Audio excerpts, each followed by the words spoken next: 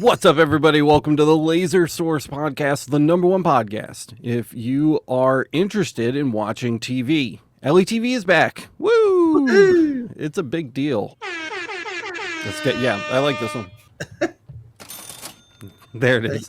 So yeah, LETV is back. We have editors now, which once again has been game changing. And so Jessica right now is literally actually going through episode by episode. She's chopping off all of the intros, like everything, even like the cold opens, like just chopping way down, like with a chainsaw, and then chopping off the credits and outros of everything, putting a little stamp on it, and like sending it basically. She's actually recording new audio for it. It's a lot of Pokemon sound.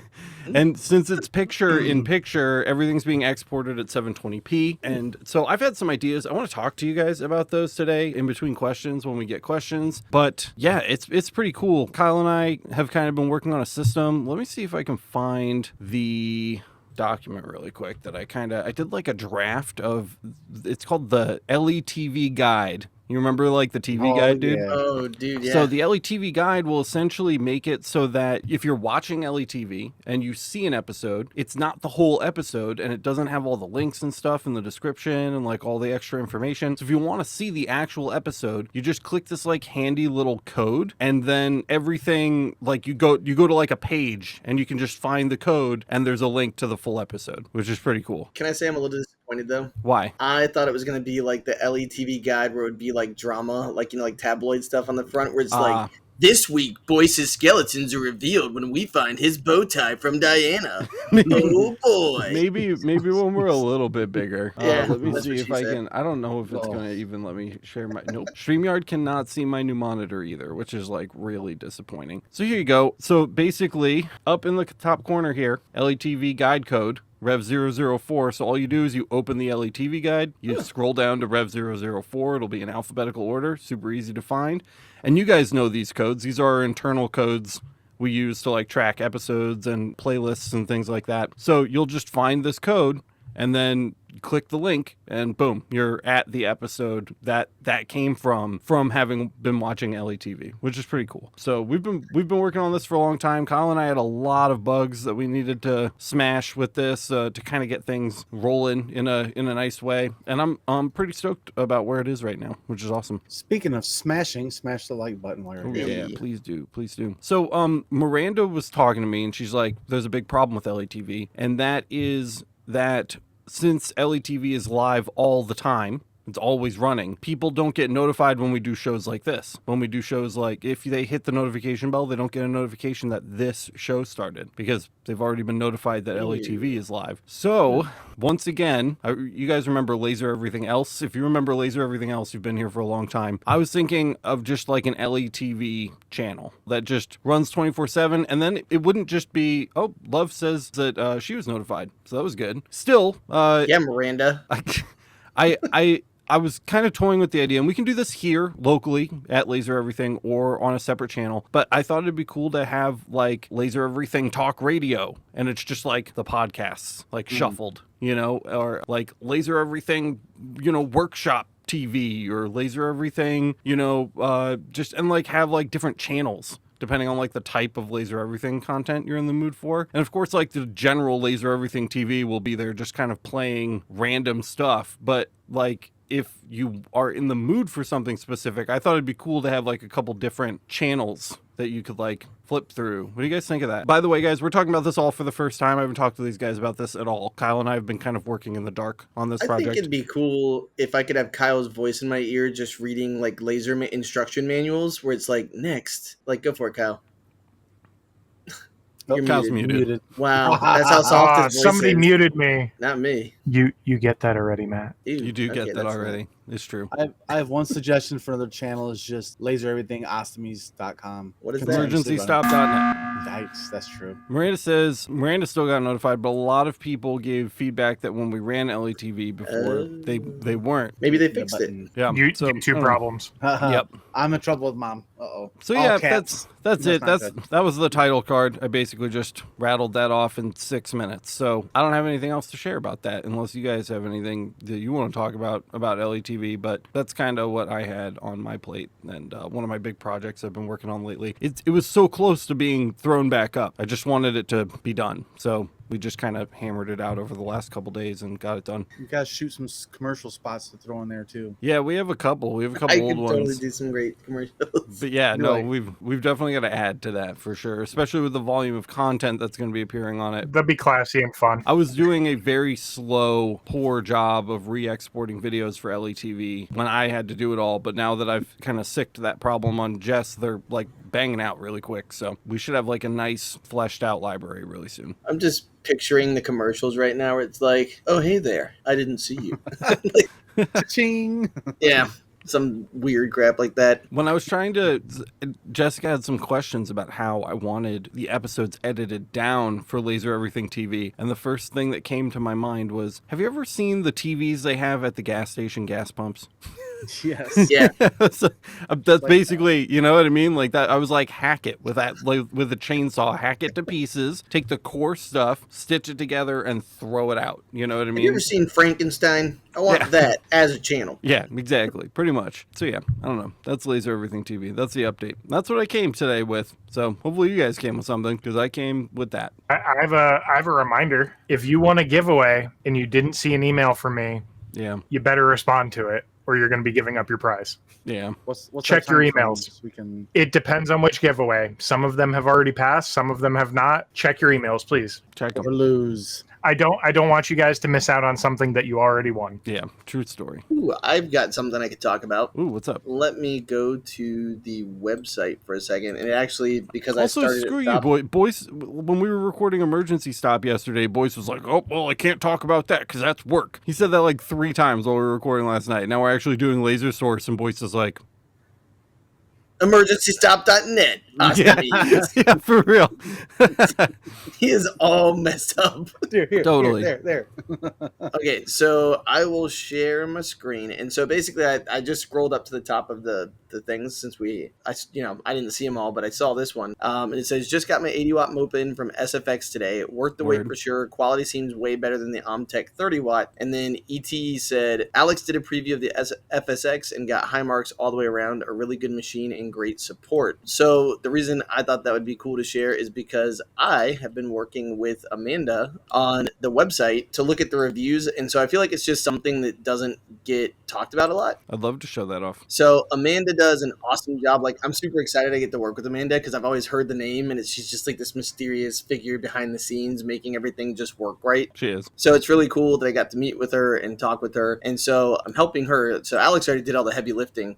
But if you guys have never been to the website, or I can see that you're using light mode on Windows, you animal. yeah, well, you can actually see all of my reviews that I'm working on up here too. So let me just get all this crap out of the way. So anyways, we got the resources. So here's all the communities that we have that we're overlooking, the links and downloads, the buying guide. And so this is where the reviews go. So basically where the videos are. Alex has scripted all of these out. And if you've never seen them, the one that just went up today that he was talking about was the SFX 60 watt. And so this is where it's really cool. So if you're someone who likes to read things instead of like listening to them, like I'm a visual learner, so sometimes I process stuff better and I understand it better. You got the product description, the prices that are that it is currently, a link to the actual machine if you want to take a look at it, the summary of the entire thing. So if it's like the too long didn't read, right there, it's got all of the numbers. So if you look at this is, you're absolutely right. ET said that it got great scores all the way around. It's really nice because you got a nice visual representation of the grades. And so really the biggest thing was the fact that it cost a lot of money. But if you read the review, that's where it says it's turnkey ready, and also the fact that it had all of the cost is up front. So there's no extra fees. It's shipped to you in Amazon within a couple of days, which actually I need to go back and put that as a pro. Yeah, that's a big one. Yeah, and so that was one of the things I got to fix that. But anyways, so cool thing is you got the video review. So if you were reading this far and you're like, I want to listen to it, video review right here. Again, something that takes you to Amazon so you can actually take a look at it and see when it would get to you. So for me, if I wanted to buy this, when would it get here? Wednesday. Oh my God. Which is crazy. So like not this Wednesday, but a week away for me. So that's still pretty good for a stateside. And then here's everything. And I'm not going to make you read it all because it's a lot, but It is a that lot. was my job. But yeah, that was my job, is to go through and dig it out and put it up here for you. Eventually, I think we plan on adding some screen caps in the text, amidst the text, to provide like visual references to things that are talked about in the text, which I haven't done yet. That's my bad, but it's on my list of things to do. So it won't just be a wall of text. It'll be more like a tech review that you'd read online at some point, which is kind of what we're going for. And another thing I'll point out too is that it's not just going to be copy and pasted scripts from videos we've already done. There are things that we've gotten that we just can't prioritize to be a video that are going to get written reviews. Looking at you, Kyle, where it's just like we literally don't have the time for like some of these smaller things like little gadgets, tools, extra things or whatever, but we want to be able to do a review on them. So those reviews will go up in the written review area of the website and you won't ever see them on the channel. I mean, we might like mention that they're there or something kind of in passing or on the podcast, but checking back on that review thing, again, now that we have editors, we have more time to be working on resources like this. And that's what I think this is a great resource we are going to be adding to that written review section of the website in a big way that you might not see on the actual channel itself. Yeah, and the good news is I'm on top of making sure it all gets done. So like I'm that annoying person who's like, hey, Yeah, hey, that is your job. Hey. Zoom in. So anyways, yeah, I know. No, I would never do something stupid like that. That's ridiculous. Yeah. Hey. But anyways, yeah, It's I was the reaching for it. I saw a question. I don't know where that came from, but we'll do that one first. We appreciate your in-depth videos and streams. You all play around the clock at the shop. Nice. We love that. However, we need help solving a mystery. Annealing and sealing. How? On a JPT 50-watt fiber. So we have a dope video about that. Miranda linked it. I saw it in the chat. But the trick with annealing is if you're just annealing, you're not doing anything else. You want to make sure that you are not ablating the material. The second you start to cause pitting, right, you're giving a place for moisture to go, and that's going to make things rust and corrode. So when you're annealing, if you can feel it, if you close your eyes and you run your fingers along it, if you can feel it, it's not annealed. Doing that kind of a heat pass where you're heating up the surface of the metal can help slow rust and corrosion on marks that would have otherwise been left raw, I guess, if you want to call it that. So if you do a super deep engraving in steel and you just leave it, and then you do a super deep engraving in steel and you run an annealing pass when you're done, the one with the anneal is going to rust slower and corrode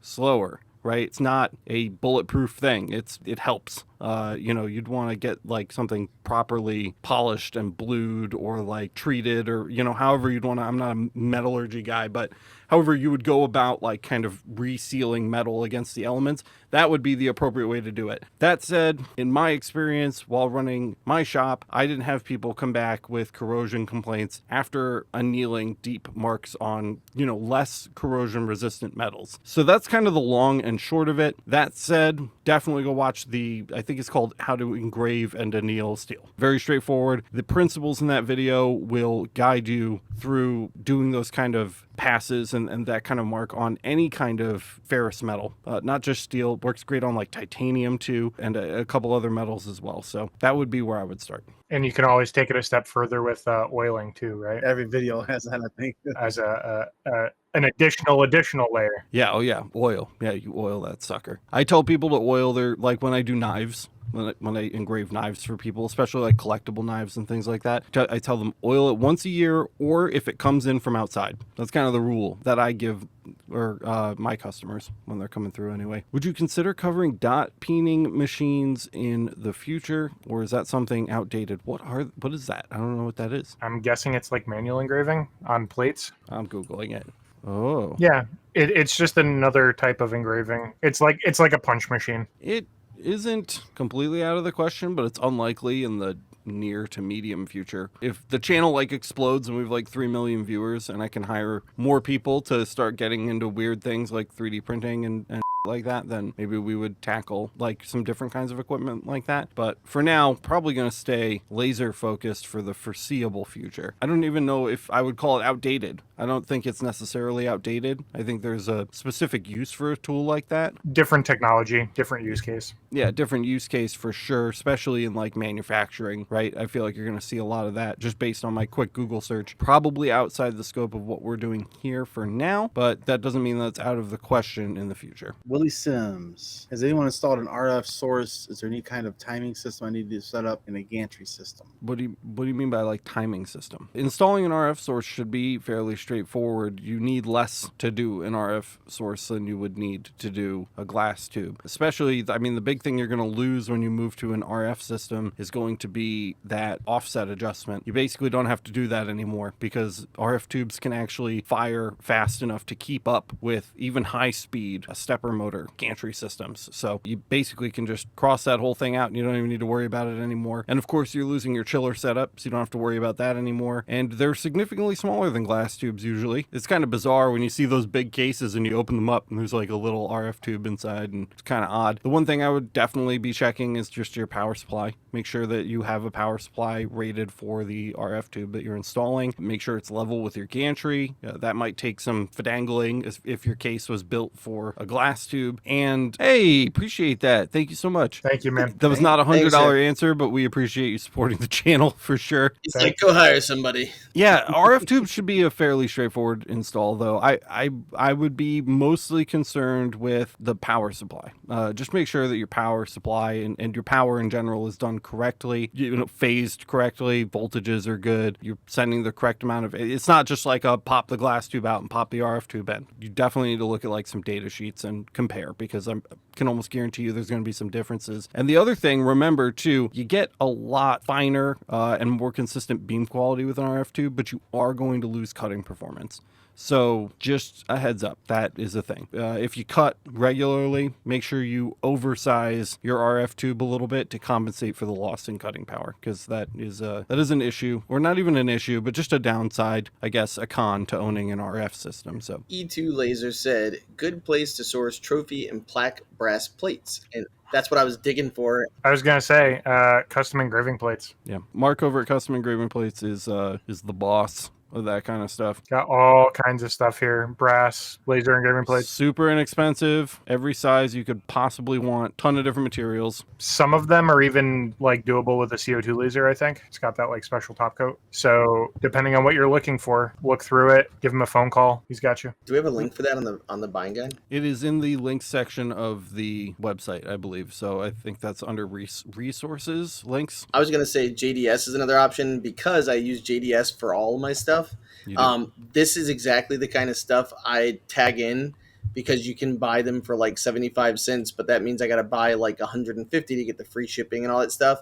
But they're exactly like this little guy, like the little test piece that I bought. But long story short, this is a really cheap piece, but it's really nice. So this is the like enamel coated piece basically. So I just kind of found my test settings for it, and this I think it was like $4 for this little guy, and it's actually like 6 inches by 2.5 inches, and so nice brass. And if you mess up the front, you could basically practice all along the back. So that's pretty cool. That's what she said. She did say that. But the other thing is, so by the way, this is a great idea, again, because I work in schools and I work with schools all the time. I saw I'm not kidding you when I tell you that the people who make yearbooks, they do nameplates for them, and they charge the school $5 per nameplate. And the kids, I think, pay like $10. So basically, the school will make $5 for every nameplate they sell. And when I saw them, they used a drag bit to make them, and they were awful. They looked like trash. And because the person who runs the yearbook knows that I do this, she was like, hey, can you make some for like my editors where it says the kid's name, the school year, the name of the edition, and then what their position was? And I was like, sure, no problem. Other kids around the school saw theirs, and they were like, how did you get that? And they're like, oh, well, Miss So-and-so paid for these. And they were like, we want those. So next year, she's already told me she wants me to do, by the way, there were 185 kids who got these. So if you charge $5 a piece, I mean, it literally is just the variable text function. It's just a moneymaker. So yeah, did you mention that we have a stellar video on that? Because we have a stellar video on that. We do have a stellar. I mean, clearly I didn't, because you stopped me before I did. I don't know. Just saying. But the other thing too is you can get all the different ones. So this is again where you could go to that website that Kyle talked about, or you could there's all kinds of fancy stuff you can do. So if the school wanted something special, but reach out to schools, man, because that's where you can get your foot in the door with little $5 jobs that blow their mind. And then the school makes more money, you make money, And the other thing too is when I made those plates for her last year, she was like, wow, I didn't realize you did this kind of stuff with lasers. That's great. And she ordered all of her awards for her students for this year. Long story short, I think is like $1,000 worth of work just because I made like $50 worth of like, dollar engraving plates. Yeah. So reach out to those kind of people at schools. Read the article that I talked about that I wrote about in Laser Focus magazine, and it tells you all how to do all that. It's So free. Yep. Shout out to Robin. Robin, what up? I just did my catching up with the cover with Robin, so I think that's nice. going to be in the next issue. She's like, what's going on? I'm like, this. Yeah, basically. I've been looking for this because I saw it early on and I lost it, and I finally found it. What would cause my 10-watt Adamstack S10 Pro to randomly cut off if I use 100% power? Could be power supply. If the power supply pooped out, you also may have actually burned out the diode if you're persistently running it at 100% for a long period of time, multiple times. So if you're doing like large batch runs of just cuts for hours, that could definitely kill it. There was also like, do you guys remember that problem Chris had with the Atezzer where it would just like randomly cut out? It was like a grounding issue or something was shorted or whatever, and he replaced the pre-brick power cord, like the actual AC power cord that goes from the wall to the DC adapter. He replaced that, and that's what ended up fixing it. So maybe just try swapping cables. You never know. It's unlikely, but you could get lucky on something like that too. If it's something like a power supply, though, it's going to be more of an issue. Yeah, then you basically have to order a replacement. It's like a wall wart for a laptop almost. Yeah. King Michael asked, what type of laser is the X-Tool D1 Pro? It's a diode laser. We have a full review on it. So if you want to see what it can do and what we think of it,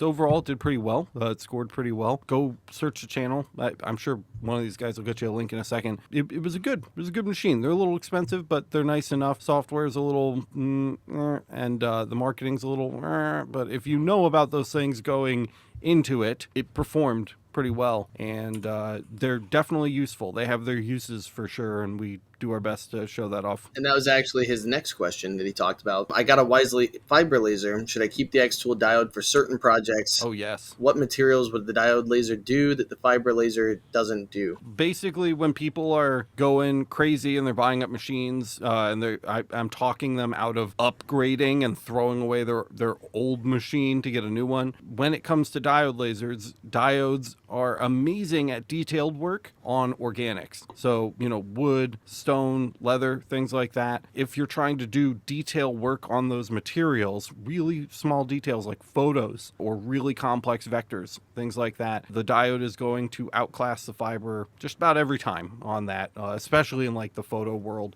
when you can get those tiny little dot sizes over like huge areas.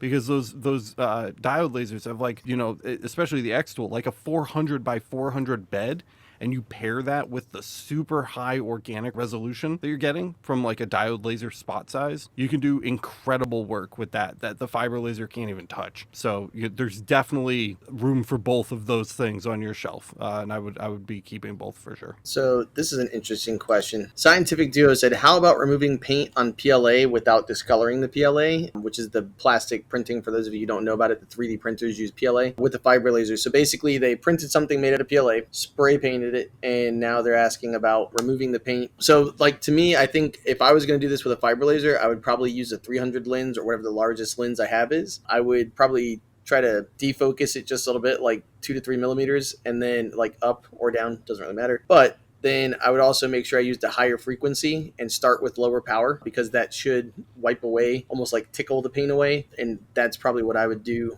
because fiber melts PLA really easily. If you have, I know you probably don't have a UV laser, but that's probably the best tool for it, because you could actually discolor the PLA. You can take the pigment out of it with the UV, which is pretty cool. Basically, it like knocks out the pigment and changes it to a white or a black, or like it marks it basically. The other thing I'd mention, if you have a MOPA, shorten up your pulse width like a lot. Drop it down. Yeah, because that the black paint's gonna do a really good job absorbing fiber laser wavelength regardless of your pulse width, but the PLA is not. So if you can, standards around 200, 150 to 200 depending on your source. If you can get that down to like 100, you would see a substantial difference. So if you have a MOPA, that would be an excellent use case for those features. So I would start that, low pulse width and then like a medium to high frequency, and start playing with those values a little bit, and you could probably unlock something that'll get the job done for you too. And by the way, the reason I know that is Kyle and I worked on the LMA, which, by the way, if you're not a member yet, that'd be a great opportunity for you to go find stuff like that out and use the search bar to find that kind of stuff. Because literally, there's so many questions that people have asked that are great questions, and there's been discussions like we've got 3 or 4 people over there. Vince is always over there. Al Fernandez is always over there answering great questions, doing a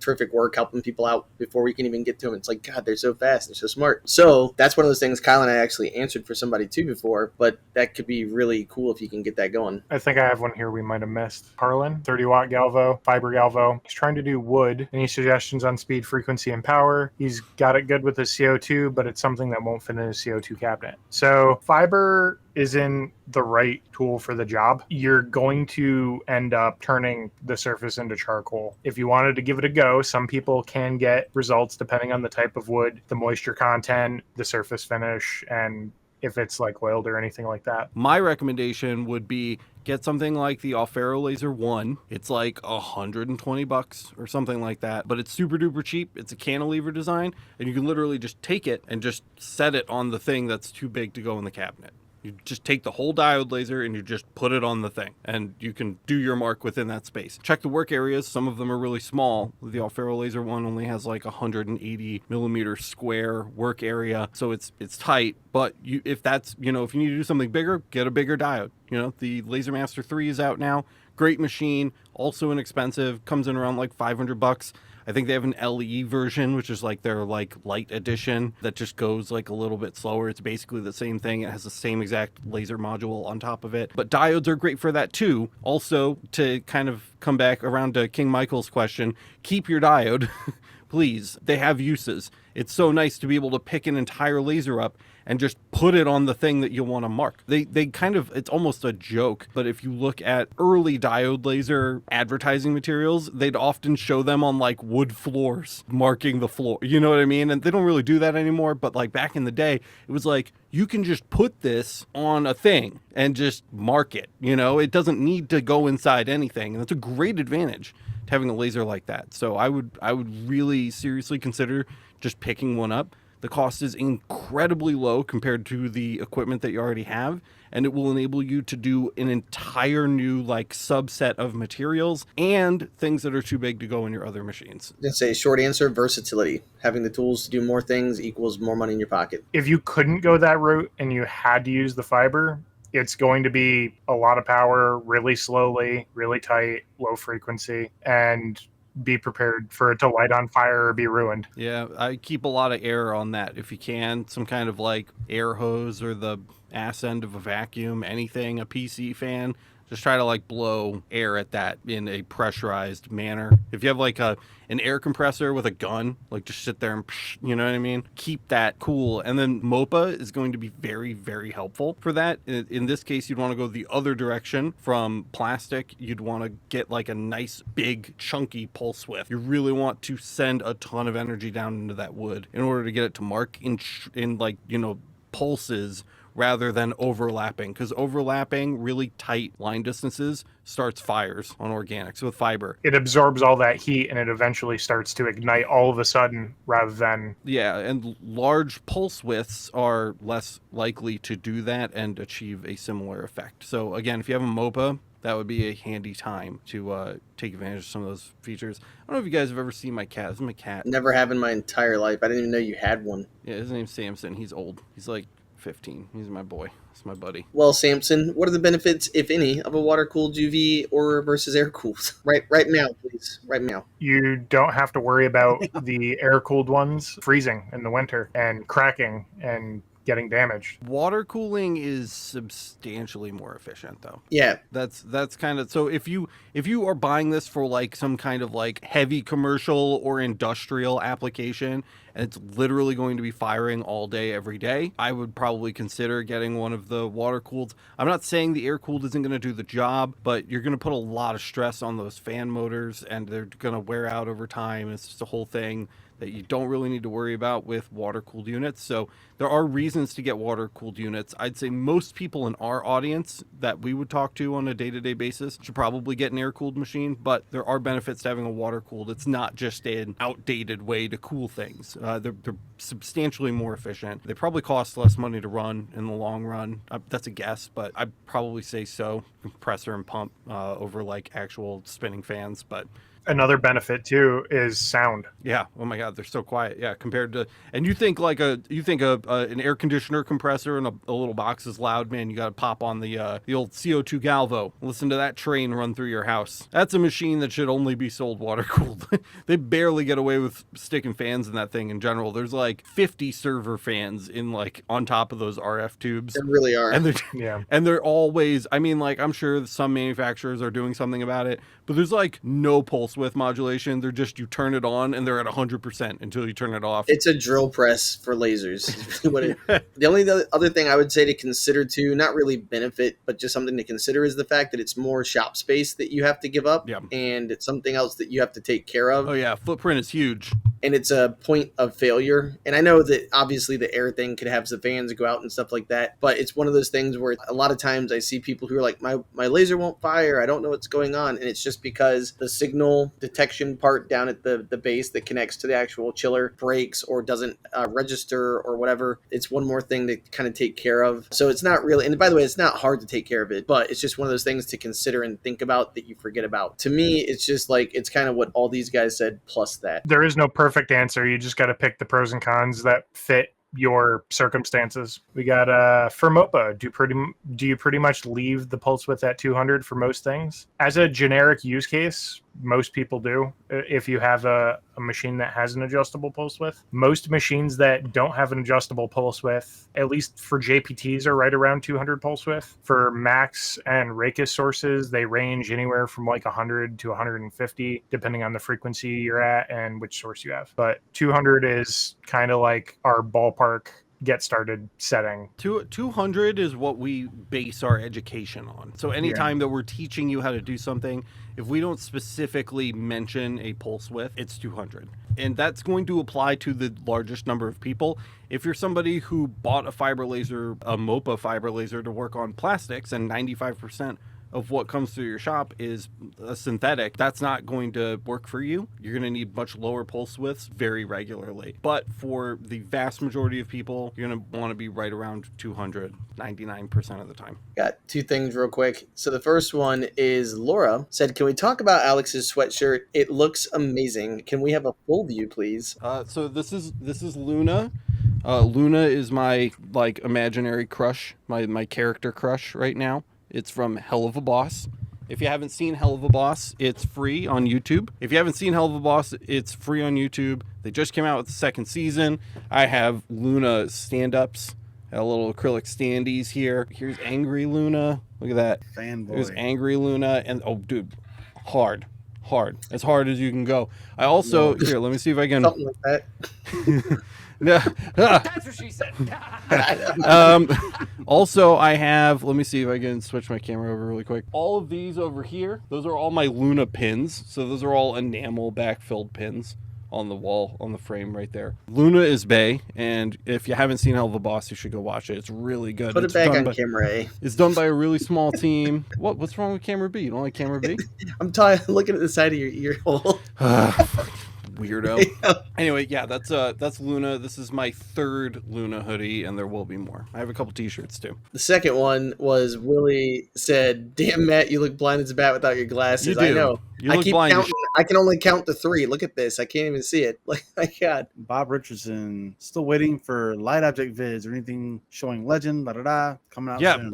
One of our editors is exclusively working on special projects like that. That would be Michael. And Michael is about to wrap up the first, it's not the legend, the machine videos where we like explicitly look at and overview and highlight the machines are going to be the last things that get unpublished or that get published. So there's going to be a little bit of a wait for those, but he is cranking through the light object content. The next one coming up is the SPT versus JK glass tube comparison.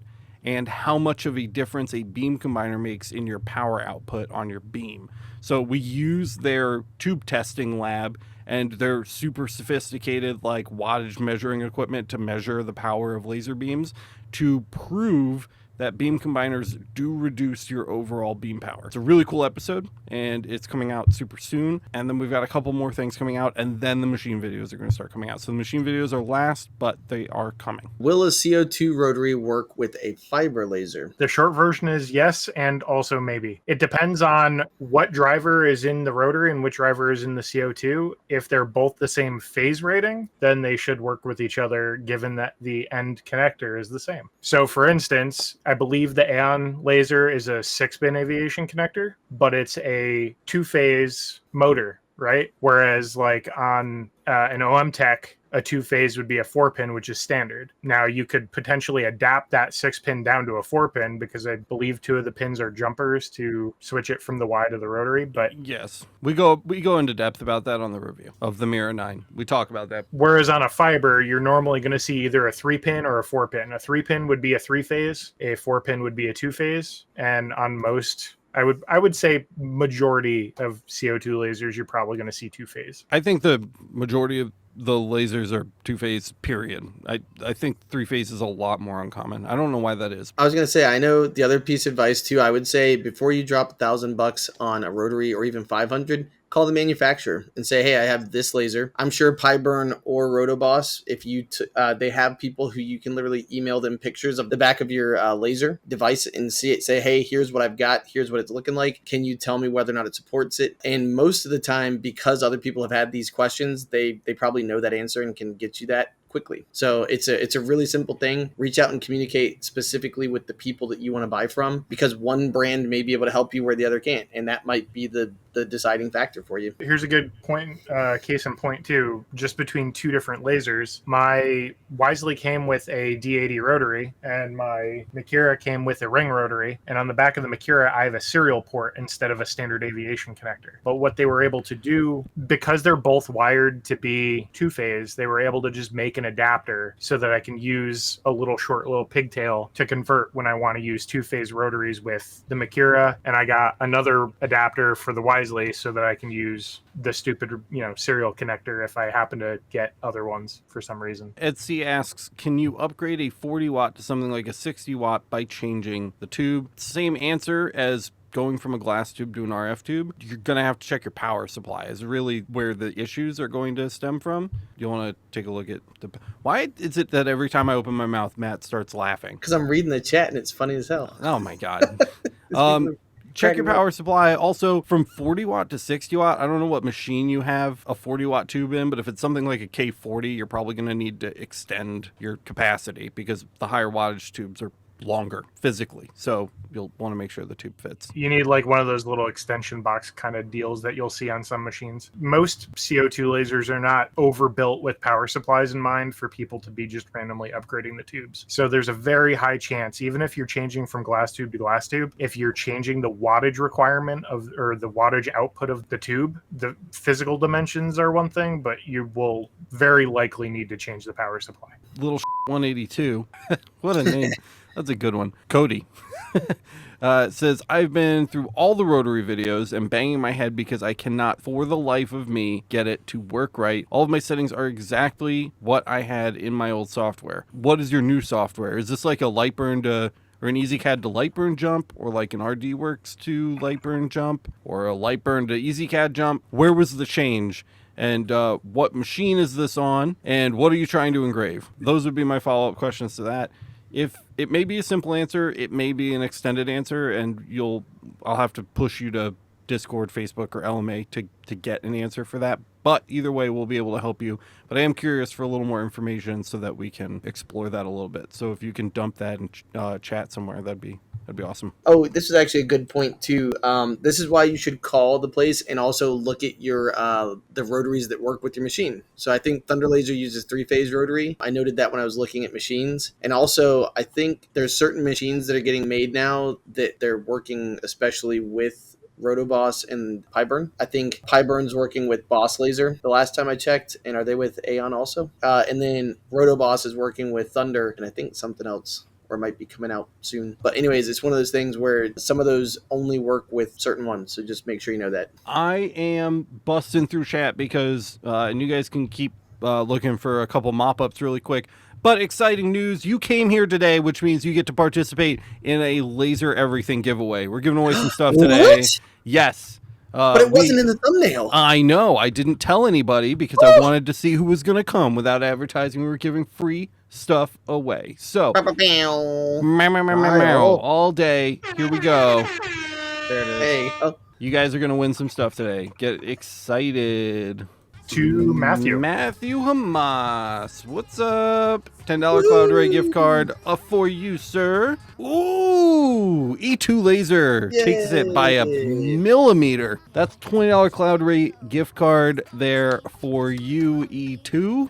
Michael Dias, ET Laser Works. It was worth having your family think you listen to weird K-pop because you just won $10 to Orter's website. Oh my God! So close. Q being correct. $10 to Orter. Chad Pivoy. All right. $25 to Uku Hardwoods for you, sir. If you guys haven't already, please consider leaving our podcast a 5-star review on Apple Podcasts. It really does a lot to help the show. We've gotten some actually like really nice, heartwarming reviews on there, and a couple funny ones too. If you haven't already read them, you should probably go read them while you're leaving yours. It's the best thing you can do to help us out, for real. Don't forget to smash the like button. Let everybody else know the content is good, and don't forget to subscribe and hit the notification bell so you get notified the next time we go live. You never know when we're going to give stuff away. We're going to come at you from the shadows like f***ing Cloud Ray ninjas. And listen, if you're tired of work and you need a break, go check out emergencystop.net. Give that a listen. We just uploaded a new episode. It's called Octovarian because apparently some men think that women have 8 ovaries. I don't know what's going on with that, but that's a fact. So if you want to hear more about that, go check out our non-work show over at emergencystop.net. That's all I've got, guys. Keep an eye on Laser Everything TV. We got a lot of new stuff coming. Check your email if you won. If you don't check your email, Kyle is not going to give you your gift. You need to read the email and write back to him. You need to respond to all the things. I think that's all I've got, guys. Enjoy LETV. Leave some feedback. Go smash the like button over there. And we will see you in the next one.